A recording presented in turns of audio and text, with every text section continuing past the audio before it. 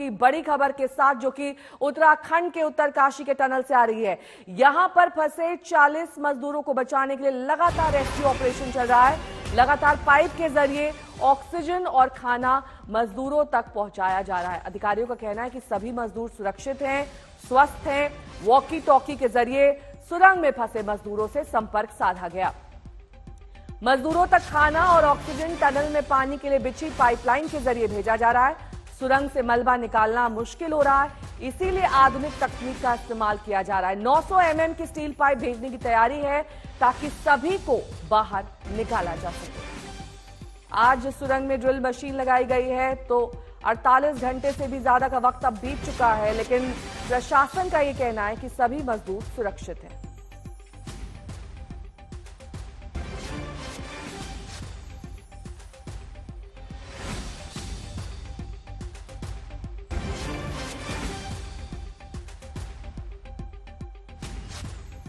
चलिए अब आपको दिखाते हैं दरअसल मजदूरों के रेस्क्यू में किस तरह की 4 बड़ी चुनौतियां आ रही हैं। मजदूरों को खाना मिले, उनको ऑक्सीजन सही समय पर मिले, ये एक बड़ी चुनौती है। लेकिन पानी की लाइन से ऑक्सीजन सप्लाई लगातार किया जा रहा है। फंसे हुए 40 मजदूरों तक खाना और ऑक्सीजन इसी पाइपलाइन के जरिए पहुंच रहा है। समझने की कोशिश करिए, वहां पर मलबा काफी सारा है, इसीलिए उस मलबे को चीरता हुआ ये पाइप अब ऑक्सीजन और खाना दोनों की सप्लाई की पूर्ति कर रहा है। तो ये 4 बड़ी चुनौतियां हम आपको दिखा रहे हैं। सीमेंट स्प्रे से मलबे का रिसाव रोका जा रहा है, क्योंकि ये भी एक बहुत बड़ी चुनौती है कि मलबा धीरे धीरे मजदूरों तक ना पहुंचे, उनका दम ना घुट जाए, ऑक्सीजन सप्लाई कट ना हो जाए।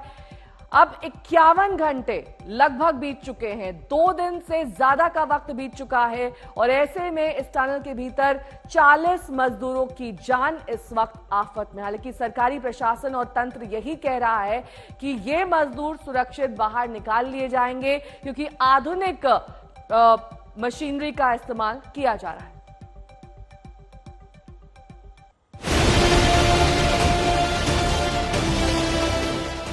शनिवार की रात से उत्तरकाशी में 40 लोग अंधेरी सुरंग में मौत से बेहद बहादुरी के साथ जंग लड़ रहे हैं, और यह ऑपरेशन उस जंग का हिस्सा है। टनल के एंट्री पॉइंट से पाइप के जरिए उन मजदूरों तक खाना पहुंचाया जा रहा है। कंप्रेशर के जरिए इस पाइप से खाना उन मजदूरों तक पहुंचेगा। अच्छी बात यह है कि सभी मजदूर सुरक्षित हैं और किसी भी प्रकार की स्वास्थ्य संबंधी परेशानी की बात सामने नहीं आई है। 4 इंच के पाइप के जरिए उनको खाना भेजा जा रहा है। टनल में पानी की आपूर्ति के लिए बिछी पाइपलाइन के जरिए ऑक्सीजन की आपूर्ति की जा रही है। इसी पाइपलाइन के जरिए रात में चने के पैकेट कंप्रेसर के जरिए दबाव बनाकर टनल में फंसे श्रमिकों तक भेजे गए। पूरी रात बचाव कार्य चलता रहा।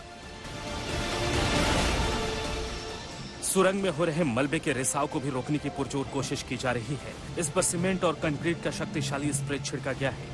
जो मलबा सुरंग में गिरा है उसको भी लगातार हटाया जा रहा है, ताकि आगे जाने के लिए रास्ता साफ हो पाए। इस बीच मुख्यमंत्री पुष्कर सिंह धामी सिलक्यारा सुरंग के पास पहुंचे और बचाव और राहत के पूरे ऑपरेशन के बारे में जानकारी ली। पर तेजी से जो बचाव का काम है, रेस्क्यू का काम है, मलबा हटाने का जो काम है, वो तेजी से चल रहा है। और यहाँ पर चूंकि कंप्रेसर के माध्यम से उनको खाने के लिए भी जो लोग अंदर है, खाद्य सामग्री भी अंदर भेजी गई है, और सभी लोग अभी पूरी तरह से ठीक हैं। उनसे लगातार यहाँ पर बात भी हो रही है। एनडीआरएफ भी बचाव मुहिम में मदद कर रही है। इसके डीजी का भी कहना है कि सारे मजदूर फिट हैं। राहत की बात ये मैं समझ रहा हूँ कि उनसे संपर्क हो चुका है मजदूरों से, उनके पास खाना पीना जा रहा है, ऑक्सीजन जा रहा है, और उनसे जो बात हो रही है वो एक सकारात्मक बात है। उनसे जब पूछ रहे हैं कि क्या आपको दवाई चाहिए, तो कोई अभी मेडिकल असिस्टेंस की उनको ज़रूरत नहीं है। इसका मतलब वो फिट हैं और स्वस्थ हैं, और हम यही दुआ करते हैं कि उनको मेडिकल की ज़रूरत नहीं पड़े। जिस अत्याधुनिक तरीके से रेस्क्यू ऑपरेशन चल रहा है, उससे उम्मीद है कि जल्द ही मजदूरों को बचा लेने की अच्छी खबर मिलेगी। उत्तरकाशी से अमित शर्मा के साथ ओमकार बहुगुणा, आज तक। तो 3 तस्वीरें आपके सामने हैं, जिसमें साफ तौर पर यह नजर आ रहा है कि कैसे अब पाइप के जरिए खाना और ऑक्सीजन भेजा जा रहा है। सभी मजदूर सकुशल हैं, ये प्रशासन की ओर से साफ कर दिया गया है। एनडीआरएफ की टीम तैनात है वहां पर जो इस ऑपरेशन को अंजाम दे रही है। ये तस्वीर दरअसल ये भी बयां करती है कि कैसे दो चीजें सबसे ज्यादा जरूरी हैं, एक ऑक्सीजन और दूसरा खाना। और अगर ये समय समय पर पहुंचता रहेगा और साथ ही मलबा अगर मजदूरों तक नहीं पहुंचेगा तो उनकी जान बचाई जा सकती है। सिलक्या टनल का हादसे का आज तीसरा दिन है और आज तीसरे दिन भी लगातार जो वर्कर्स हैं वो अभी भी डेब्रिस के उस पार फंसे हुए हैं, उनको निकालने का कार्य जारी है। इसके साथ साथ प्रशासन ने एक नई मशीन जो कि ऑगर ड्रिलिंग मशीन है, जो एक कटर के माध्यम से डेब्रिस को काटती है, उसका इस्तेमाल करेंगे। और आपको दिखाते हैं कि जो 900 mm के पाइप प्रशासन द्वारा मंगाए गए, ये स्टील पाइप उन डेब्रिस के अंदर डाले जाएंगे, जो कि वर्कर्स को निकालने का, फंसे हुए श्रमिकों को निकालने का एक रास्ता बनेंगे। एक एक करके इन डेब्रिस को में काट के इन पाइप्स को डाला जाएगा और उसके बाद वर्कर जो हैं धीरे धीरे करके यहाँ आ सकेंगे। उसके पीछे आपको दिखाते हैं, ये वो एक्सकवेशन मशीन है जो काफी प्रयास कर रही थी सीमेंट को सॉलिडिफाई करने का और नीचे से डेब्रिस को काट के किसी तरीके से उसमें होल करके अंदर जाने के लिए रास्ता बना रही थी। पर क्योंकि बार बार मलबा गिर रहा है, इसकी वजह से कार्य में रुकावट आ रही है। एक मशीन आपको और दिखाते हैं, ये कंप्रेसिंग मशीन है जो कि लगातार ऑक्सीजन और जरूरत की चीजों को कंप्रेसर के माध्यम से सप्लाई कर रही है। ये जो पाइप है ये एक बहुत बड़ा जीवनदायिनी साबित हुए हैं उन मजदूरों के लिए जो उन डेब्रिस के पीछे कई दिनों से फंसे हुए हैं। सवाल बड़ा है कि आखिर ये हादसा कैसे हुआ, क्यों हुआ, इसकी जांच होना आवश्यक है।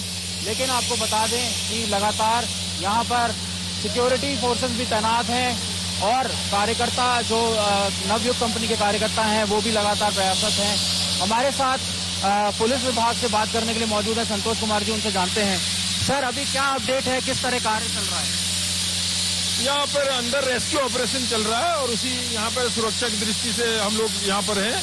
किसी भी अनऑथराइज्ड पर्सन को जो है अंदर नहीं दिया जा रहा है, जाने दिया जा रहा है, सो दैट काम जो है किसी भी तरीके से रुकावट ना आए, बाधित ना हो या डिले ना हो। क्या कुछ उम्मीद लग रही है आज की तस्वीर साफ हो पाएगी? नई मशीनें आई हैं, स्टील पाइप आया है, क्या कुछ लग रहा है आपके पास अंदर से खबर आ रही हो? नहीं, ऐसा नहीं है। सभी लोग होप फॉर गुड, सभी लोग अच्छा सोच रहे हैं और उम्मीद है कि जल्द से जल्द जो है ये रेस्क्यू जो है पूरा कर लिया जाएगा। ठीक है, तो संतोष कुमार जी का कहना है कि सिक्योरिटी को टाइट किया जा रहा है लगातार। कल हमने देखा कि यहाँ पे वीआईपी मूवमेंट काफी था, अनैतिक तरीके से कई सारे लोग ऐसे आ रहे थे जो कि अपने आप को वीआईपी बता रहे थे, चाहे वो विधायक हो या नेतागण हो, जिसकी वजह से पुलिस को भी खासी परेशानी का सामना करना पड़ रहा था। उसको देखते हुए आज सिक्योरिटी चाक चौबंद कर दी गई है और किसी भी तरीके के मूवमेंट को प्रतिबंध किया गया है।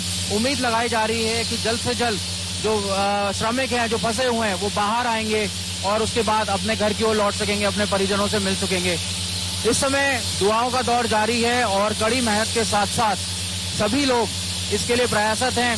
एक और अपडेट इसमें आई है कि जो पहले जीएम थे, जो डेपुटेशन पे तैनात थे नवयुग कंपनी के साथ, उनको दोबारा वापस बुलाया गया है, कर्नल दीपक पाटिल को, और उनका सैन्य जो एक्सपीरियंस है उसको इस्तेमाल किया जाएगा। उनको रिलीफ ऑपरेशन का इंचार्ज बनाया गया है और उम्मीद की जा रही है कि वो जब इस रिलीफ ऑपरेशन के चार्ज को संभालेंगे तो तस्वीर साफ होगी और जल्द से जल्द जो कार्यकर्ता हैं वो बाहर आ पाएंगे और अपने परिजनों से मिल पाएंगे।